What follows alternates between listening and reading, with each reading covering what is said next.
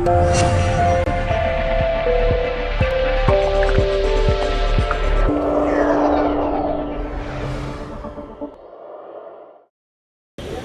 Janata party ఎప్పుడైనా కూడా ఇలాంటి ఉద్యమాలు చేపట్టి ఇలాంటి దీక్షలు నిర్వహించింది.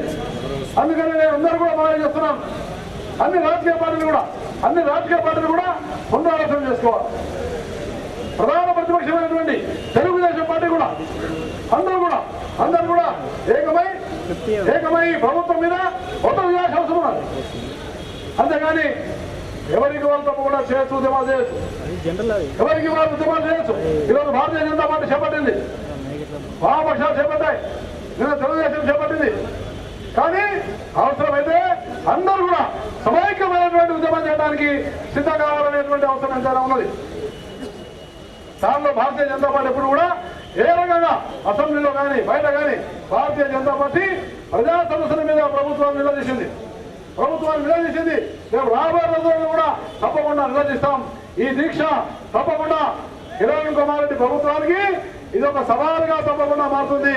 గ్రామాన భారతీయ జనతా పార్టీ కార్యకర్తలు గ్రామాన ఈ అంధకార పరిస్థితిని వెంటనే నిరసనల ద్వారా తెలియజేసి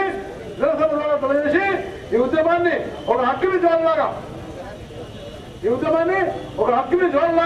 గ్రామానికి తీసుకెళ్లాల్సిన అవసరం ఎంతైనా ఉన్నది. గ్రామాల్లో, పట్టణాల్లో ఈ ఉద్యమాన్ని ఇంకా చాలా వేగంగా గ్రామాలకు తీసుకెళ్లి ప్రభుత్వానికి ఈ అగ్ని జ్వాలలో, ఈ కరెంట్ యొక్క అగ్ని జ్వాలలో కిరణ్ కుమార్ రెడ్డి ప్రభుత్వం దానం కాక తప్పదనేటువంటి ఒక విషయాన్ని మనం ప్రజల్లోకి తీసుకెళ్లాల్సిన అవసరం ఉందని నేను మీకు సభాముఖంగా మనం చేస్తున్నాను.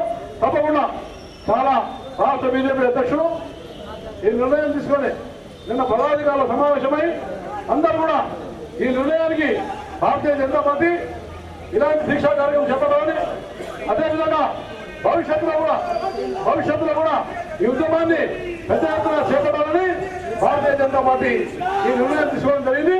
అందుకనే ఈ రోజున ఇప్పుడు ఈ కార్యక్రమాన్ని మనం చేపడుతున్నాం. ఇది నిరాటంగా కొనసాగుతుంది, శాంతియుతంగా కొనసాగుతుంది. కాబట్టి మనందరం కూడా నినాదాలు ఇస్తూ ఈ ఉద్యమానికి ప్రజా మద్దతును కూడగట్టాల్సిన అవసరం ఉన్నది. ఈ ఉద్యమానికి ప్రజా మద్దతును కూడగట్టి ప్రజలు పెద్ద ఎత్తున సమీకరించి బస్తీలలో, స్లమ్స్లలో, కాలనీలలో ఉన్నటువంటి అనేక మందిని మనం ఈ ఉద్యమంలో భాగస్వాములు చేయాలి.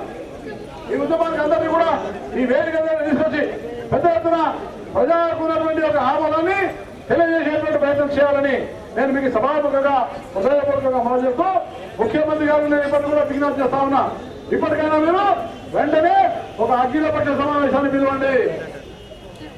ముఖ్యమంత్రి గారు మీరు నిజంగా చిత్తశుద్ధి ఉంటే, ఇది పరిష్కారం చేయాలంటే వెంటనే ఒక అఖిలపక్ష సమావేశం పిలవండి. ఒక అఖిలపక్ష సమావేశం పెట్టి ఒక దారి చూపించండి. అంతేగాని ముఖ్యమంత్రి తప్పించుకొని ఇదేదో పార్టీల ఉద్యమాలు ఉన్నాయని ముఖ్యమంత్రి ఆ విధంగా వెళ్ళడం ఇది సరైనది కాదు. అందుకనే మీరందరూ కూడా ప్రభుత్వం మీద మనం ప్రజా ఉద్యమాన్ని పెద్ద ఎత్తున పెంచి ఒత్తిడి చేసి రాష్ట్రానికి గ్యాస్ బొగ్గు రెండు కూడా మన రాష్ట్రంలో ఉన్న అన్ని నట్ల శని ఉన్నట్టుగా కిరణ్ కుమార్ రెడ్డి గారికి శని పట్టింది. అందువల్ల గ్యాస్ కానీ రిలయన్స్ వాళ్ళతో మాట్లాడి, లేక కేంద్ర ప్రభుత్వంతో మాట్లాడి గ్యాస్ తీసుకెళ్లాల్సిన బాధ్యత ముఖ్యమంత్రి గారి మీద ఉన్నారు. ఇప్పటికైనా కూడా కనీసం ఒక 500 మెగావాట్లు వచ్చే విధంగా గ్యాస్ కూడా వచ్చేటువంటి అవకాశం ఉన్నది. ముఖ్యమంత్రి స్వయంగా చెప్పినారు, స్వయంగా ప్రకటన చేశారు. మార్చి మాసంలో, ఏప్రిల్ మొదటి వారంలో 500 మెగావాట్ల విద్యుత్ ఉత్పత్తి గ్యాస్ ద్వారా వస్తుందని చెప్పి ముఖ్యమంత్రి చెప్పినారు. కానీ ఇవాళ రావడం లేదని, ఎందుకు రావడం లేదు? ఇవాళ ముఖ్యమంత్రి చేతగాంధనం, ముఖ్యమంత్రి దత్తమతనం ఇది.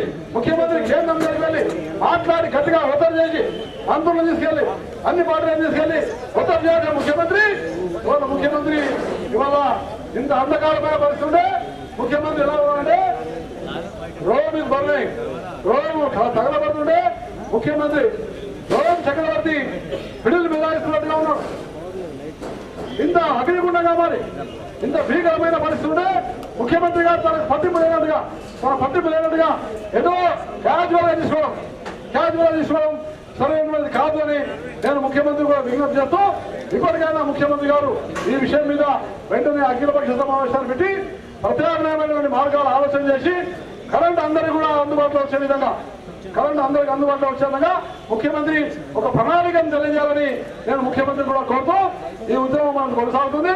పెద్ద ఎత్తున ఈ ఉద్యమాన్ని మనం ప్రజా ఉద్యమంగా మార్చి ప్రభుత్వం మెడలోంచి ప్రభుత్వం దిగేంత వరకు ప్రభుత్వం ఈ సమస్య మీద దిగొచ్చేంత వరకు భారతీయ జనతా పార్టీ ఉద్యమాన్ని తీవ్రతరం చేస్తుందని నేను మీకు సభాముఖంగా మనం చేస్తూ నాకు ఈ అవకాశం ఇచ్చినటువంటి రాష్ట్ర భారతీయ జనతా పార్టీకి హృదయపూర్వకమైనటువంటి ధన్యవాదాలు తెలియజేస్తూ సెలవు తీసుకుంటాను.